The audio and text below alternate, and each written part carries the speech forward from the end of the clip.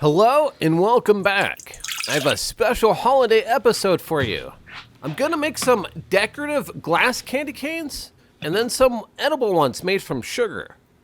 I started with half a cup of water and half a cup of corn syrup. Next will be 2 cups of sugar. Now, water boils at around 200 degrees Fahrenheit, 100 degrees Celsius. And we're gonna bring this mixture up to 300 degrees Fahrenheit, 150 Celsius. I'm thinking it should be okay as that water will just boil out as we get up to that 300 mark. For the glass candy cane, I'm laying down some blue cobalt onto an opaque white rod of about 7 millimeters. I made sure to warm up the glass before I laid down my lines as well to help prevent any stress or cracks. But I'm having some difficulty getting this transparent cobalt to melt into the opaque white. If it were a clear rod, it would melt in pretty quickly. You also want to be extremely careful with this syrup mixture, as it's not only scaldingly hot, but sticky as well. Spilling it on yourself may cause severe burns. And so if you attempt this yourself, please be careful. I'll carefully stir this with a wooden spoon and be mindful of my glass thermometer as well. I'll try not to break that.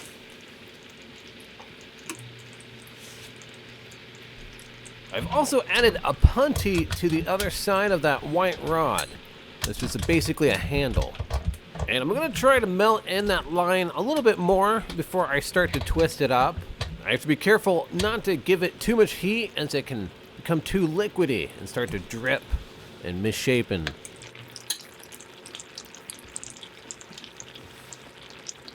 $2.50. According to the thermometer, it's kind of a cheaper thermometer, so I'm not sure the accuracy of it. Yeah, right now is this part where we're gonna have to be critical. We're almost at 300 even. I'll take it off right now, yeah, there we go. And so I'll drop some of this into some cold water so it hardens up very quickly. See that kind of like stacks up like that? That's what I was noticing when I was doing this. Oh, hear that? I think that's what we want. I'm not sure. Ow! That's sharp too. It's very translucent now. All the bubbles have kind of, minus a few bubbles, have all kind of vanished. The temperature is reading still 275, 280. Wow. I really thought it would drop quicker than that. And so I've got the glass cane twisted up, and I'm buttering this pan up to keep the candy from sticking to it. And I'm going to butter up my hands as well before I start messing with the candy, which I, at this point, wasn't quite sure what to expect. I imagine it'll be a little bit like glass, like handling it, but with my fingers and hands. And being as hot as it is, I need to be careful, very careful. And so I'll divide the syrup mixture into 2 different pans to color and flavor them individually. And I forgot to warm up the smaller pan here, so you'll see that mass in there kind of solidifies on the bottom. But I can just turn back on the stove, a little bit of heat, and slowly melt that back into a liquid. I am using low and slow heat, because if I overheat the sugar, it'll start to caramelize and turn more into a darker amber, and then it'll start to burn and start smoking. And now that it's cooled down a little bit, I'll add the coloring and the flavoring.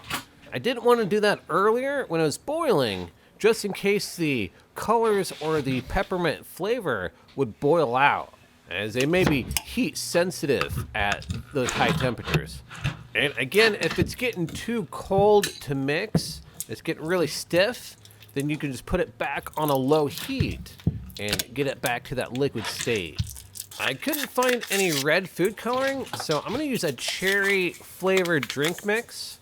This can work pretty well. It's a quick way to get your flavor and color, which I forgot about the flavoring when I added the peppermint, so it's gonna be a cherry peppermint, I guess. It's gonna be interesting.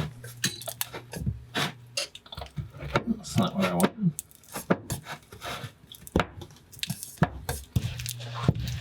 And now I don't normally make glass candy canes, so I'm just experimenting with some different methods. Candy making is kind of hard. That's a good way to do it when you're getting towards a project instead of just trying the exact same thing again and again. This time I'm gonna gather up a bit of the white glass first into kind of like a marble, and then I'm gonna apply the color to that. Oh, it's looking good enough. That should help it melt in very well, and then I'll just pull it out and bend it to the cane shape. The white food coloring seems to be working out really well. It was a gel and not really more of a liquid, which I was worried about, but it seems to be working. The drink mix seems to be working as well. I probably could have brought it up in temperature to help dissolve the sugar in that little packet.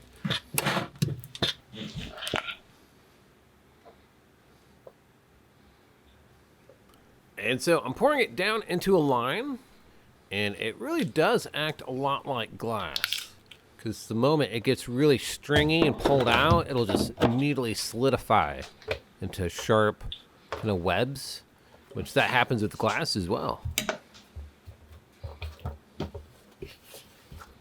Just here trying to get a feel for how hot it is, and after doing this, I would definitely advise gloves. However, I know from working with the kiln and with glass that gloves won't block out heat forever. It just slows it down. And so if you were to hold on to the molten sugar in your palm, you'd slowly start to feel the heat creep up into your palm until it got very uncomfortably hot. And so that's why it's good to be prepared to when you're doing projects like these. Look for information and advice. Make sure to think ahead for any equipment, anything else you might need along the way. And always, of course, make sure to have fun as well. That's cool though, so I like this. This is cool. I've always wanted to do something like this. To do larger glass canes, I would have to use the second stage of my torch to apply more heat. I also don't have white rods thicker than these. I think a good method would be to apply it to a clear rod, maybe a 12 millimeter at the core. Of butter melted here, because this is aluminum, so it's very thermally conductive. Sucking the heat out of this candy and just woo-hoo. Okay. Cat interruption. Oh, it's getting hard. So I'm gonna go ahead and maybe just put these together here. Looking pretty good. Still hot. Like I don't know what's this one's dye is coming off.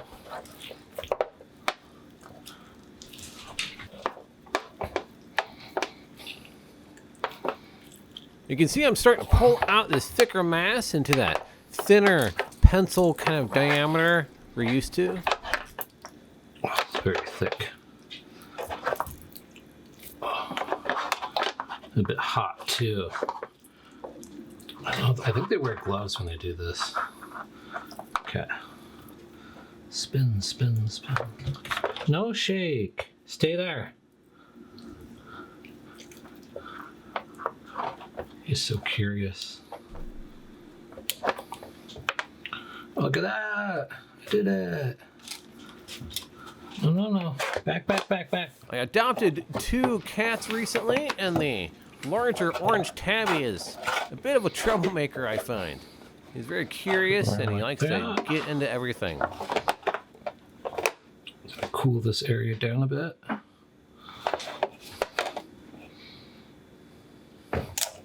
There we go.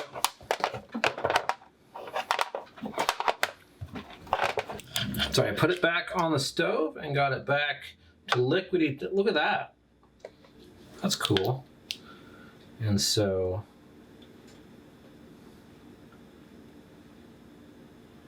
if it gets too hot, you can just return it back to the heat source. And too stiff.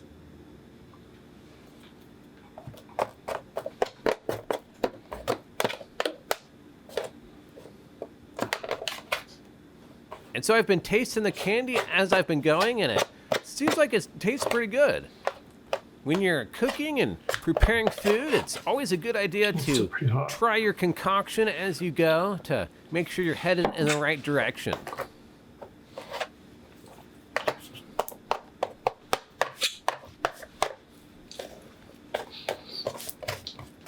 This is still real hot. That's a good thing, though.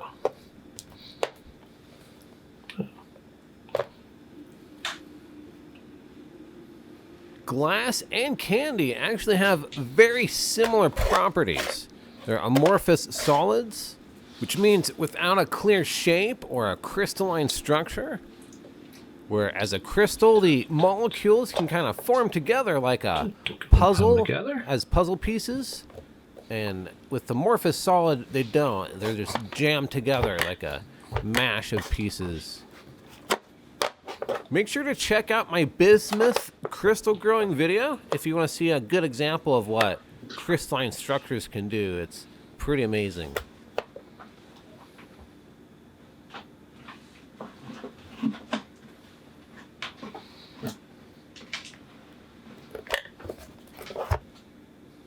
Oh, so like the red is probably getting a little too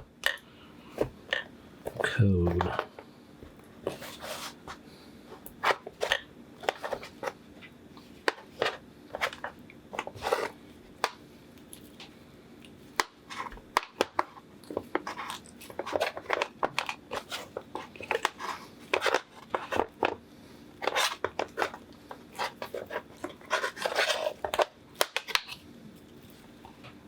There we go.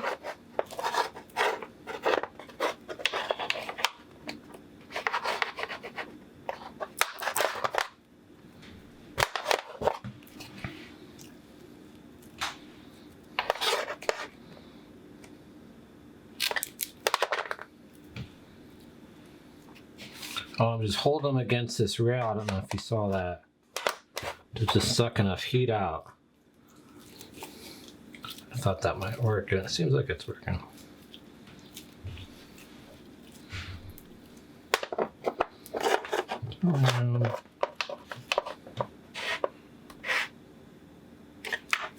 And so here they are, and I'm happy with how things turned out. I think next time I'll try to get the glass canes a bit bigger and the candy canes made of candy a little smaller. So I hope you've enjoyed this holiday special. If so, hit the like button. Make sure to subscribe as well so you don't miss what's coming up next year. I'm planning for some exciting stuff that I've been holding off on the back burner for a little bit too long. From Jasa Glass, stay melty.